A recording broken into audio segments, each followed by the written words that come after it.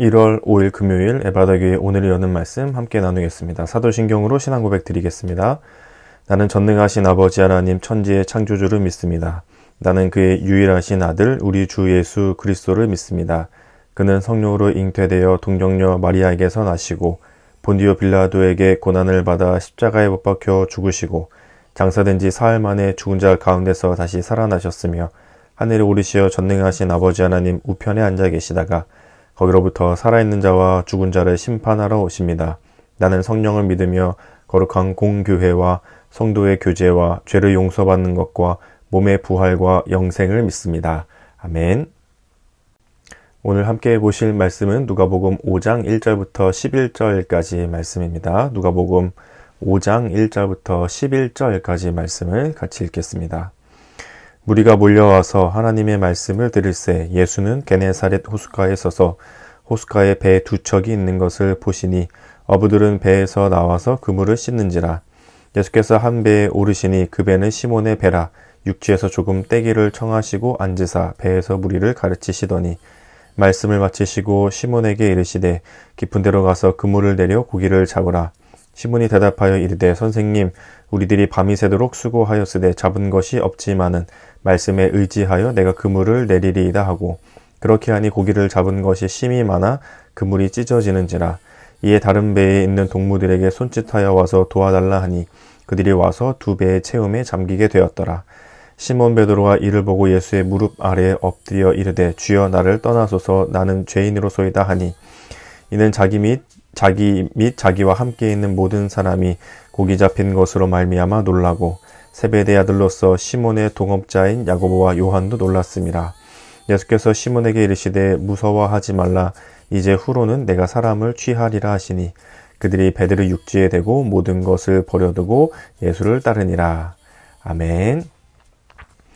오늘 말씀은 예수님께서 시몬의 배에 오르셔서 깊은 데로 가서 그물을 던져라 해서 그물이 찢어질 만큼 고기를 잡았던 사건을 다루고 있는 내용들이 기록되어져 있습니다. 베드로는 어부였습니다. 물고기를 잡는 그 어부 일을 해보진 않았지만 그 하시는 분들의 모습을 TV나 다큐멘터리를 통해서 보게 되면 그 물에서 일하시는 분들이 참 억세기도 하고 일이 워낙 고되기 때문에 또 그 특수성이 있잖아요. 다른 데서 경험해보기 힘든 그분들이 그것에 뼈가 굵고 잔뼈가 굵으신 분들을 보면 그분들이 하시는 일이 참 익숙해져야 하고 쉬운 일이 아니고 또 경험과 이런 것들이 얼마나 중요한 일인지를 알 수 있게 되죠. 베드로는 어부였습니다. 오랫동안 아마 평생을 그 바닷가 갈릴리 호숫가에서 배를 타며 그물을 던지고 물고기를 잡아온 어부였습니다. 언제 잡히는지를 잘 알고 어디에 물고기가 있는지를 잘 알고 이렇게 초음파 그런 물고기 찾는 그런 기계들도 없었던 때에 물고기를 잡는 사람들이었으니까 그 감과 그 촉이 얼마나 좋았겠어요. 그것에 아주 익숙해져 있던 사람이었죠. 그런데 겉모습만 봐도 이 어부일과는 전혀 관계도 없어 보이는 한 번도 해본 것 같지 않은 예수라는 분이 오셔가지고는 베드로에게 오셔서 저 깊은 데로 가서 그물을 던지라고 하는 겁니다. 베드로가 봤을 때는 물고기가 잡히는 시간도 아니었고 또 던지라고 한 장소는 물고기가 많이 잡힐 만한 장소도 아니었죠. 그럼에도 불구하고 베드로가 한번 해보게 됩니다. 순종했을까? 그것은 잘 모르겠지만 어쨌든 해보라고 해서 한번 해보긴 하겠다. 잡히는지 안 잡히는지는 장담할 수 없다. 베드로가 예 하면서 이렇게 순종한 그림이 잘 그려지지는 않습니다. 그러나 예수 선생께서 말하시니 자기가 한번 해보겠다 하면서 그물을 가지고 와서 던지게 되었죠. 또 우리는 그 일의 결과를 알고 있죠. 그물이 찢어질 만큼 배에 많이 잡히게 되었고 사람들을 불러서 같이 들어야 될 만큼 어마어마한 물고기가 잡히게 됐습니다. 베드로 평생에 그렇게 많이 잡혀본 일이 있었을까요? 아마 처음이자 마지막이지 않았을까. 그렇게 그물이 찢어질 만큼 요즘 같은 그런 최첨단 기계가 있어서 물고기 떼가 있는 데를 막 찾아다니면서 던지지 않고서야 당시에 그렇게 허름한 그냥 나룻배에 그물을 가지고 던졌을 때 그렇게 많이 잡힐 수 있을 정도의 물고기를 잡은 적이 있었을까?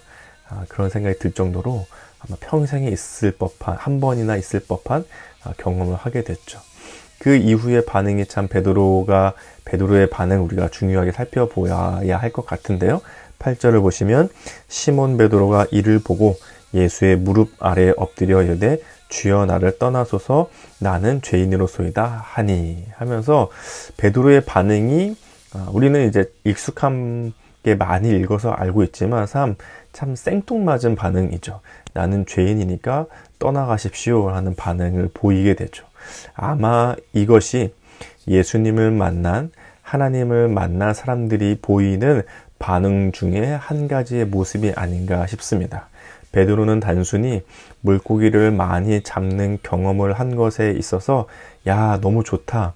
내가 이런 경험을 하다니 이 물고기 팔아서 부자 될 수 있겠다 해서 끝난 것이 아니고 그 경험을 하게 하신 예수님을 보게 되었던 것 같고 그 예수님을 만나게 되는 경험을 하게 되는 순간이었던 거죠.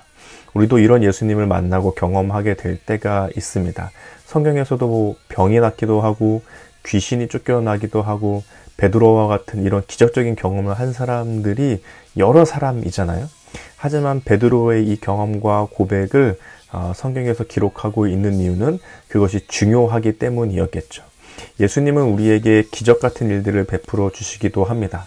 그것이 오늘 베드로처럼 정말 상상도 못할 일들로 다가올 때도 있고 아주 일상적이고 평범한 일들 속에서도 예수님은 우리에게 다가오실 때가 있죠. 마음이 위로가 되고 평안이 찾아오게 되고 예상치 못했던 일들이 다가올 때도 있고 오늘 베드로와 같은 정말 일생에 평생에 경험할 법한 한 번이라도 경험할 수 있을까 말까한 행운과 같은 일들을 우리에게 주실 수도 있습니다. 중요한 건 그것이 아주 큰 기적과 같은 일이든지 아니면 아주 일상적이고 평범한 일들이든 간에 그 일 뒤에 있는 예수님을 만나는 것이 중요한 것이죠. 그 뒤에 있는 하나님의 은혜를 우리가 알고 경험하는 것이 중요한 것입니다. 베드로가 봤을 때는 이상한 거예요. 자신은 평생에 주변 아마 어부들도 평생에 처음 경험이었겠죠. 혹은 일생에 한 번 찾아올까 말까한 아주 큰 경험이었을 것입니다. 그런데 저 예수님을 보았더니 저분은 물고기를 많이 잡는 거, 돈을 많이 버는 거, 그 사람들이 이런 기적과 같은 일을 경험하는 것이 중요한 것이 아니고 그분의 관심사는 하나님의 나라에 있는 것을 보게 되는 거죠. 그 안에서 베드로는 하나님을 경험하게 되고 예수님을 만나게 됩니다. 예수님이 준 기적과 같은 경험 속에서 예수님을 만나게 되는 거죠. 그리고 나서 나오는 고백이 바로 우리가 방금 읽었던 8절에서의 고백과 같지 않나 생각이 들었습니다. 예수의 무릎 아래 엎드려 이르되 주여 나를 떠나소서 나는 죄인입니다. 이것이 예수님을 만나는 우리의 고백입니다. 기적과 같은 일 또는 일상과 평범함 속에서 다가오는 예수님을 만날 때 그것이 감사하기도 하고 하나님께 영광을 올려드리기도 하고 여러 가지 반응으로 나타날 수 있지만 그 안에서 우리가 보일 수 있는 반응은 나는 정말 작고 초라하고 죄로 찌들어져 있는 죄인이라는 존재이구나를 알게 되는 거죠. 나는 세상에 눈이 멀었고 나는 눈에 보이는 것에 욕심이 많았고 나는 여전히 내 마음대로 살고 있었으나 나를 넘어서서 나에게 다가오시는 예수님을 만날 때에 그런 나를 발견하게 되는 것, 그런 나를 알게 되는 것. 얼굴에 때가 가득 꼈을 때 거울을 보면 내가 정말 더러운 모습을 하고 있었구나를 알게 되는 것처럼 또 아이들의 눈빛에 그 순수한 눈빛을 보고 있을 때 내 눈은 정말 세상에 어떻게 이렇게 찌들어온 눈이 될 수 있을까를 알게 되는 것처럼 한없이 이 세상이 아닌 하나님 나라의 가치와 복음을 가지고 이 땅에 오신 예수님을 만날 때에는 내 안에 있는 욕심과 또는 죄됨과 여러 가지 작고 초라하고 연약한 내 자신을 발견하게 되는 것. 아, 하나님, 저는 죄인이군요. 아, 예수님을 만났더니 나는 정말 내 마음속도 좁고 내 마음속에 더럽고 내 마음속에 헛된 것만 품고 살아왔던 나를 알게 되는군요를 경험하게 되는 것이 진짜 은혜인 거죠. 예수님께서는 우리에게 얼마든지 물고기를 잡든 병이 났든 귀신이 쫓겨나든 여러 가지 기적을 베풀어 주실 수 있는 분이십니다.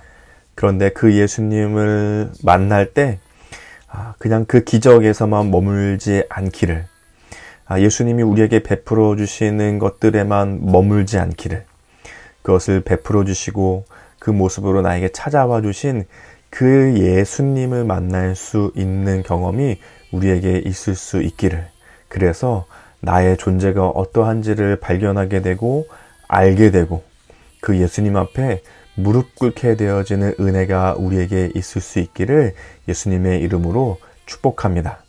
기적과 같은 일들 속에서 오늘 하루도 평범하고 일상적인 일들 속에서 우리의 삶을 향해 다가오시는 예수님을 만날 때 그것이 말씀이고 그것이 기도이고 그것이 찬양이고 그것이 예배이고 그것이 삶의 어떠한 것들이든 간에 그 순간 나를 향해 찾아오시는 예수님을 만나고 만난 일에서 끝나는 것이 아니라 그 안에서 정말 예수님이 어떠한 분이신지를 알게 되는, 그리고 그 예수님 앞에서 나는 어떠한 존재인지를 알아가게 되는, 그래서 그 예수님과 더 가까워지는 오늘 하루가 될 수 있기를 예수님의 이름으로 축복합니다. 오늘의 이 말씀을 생각하시면서 함께 이렇게 기도하면 좋겠습니다.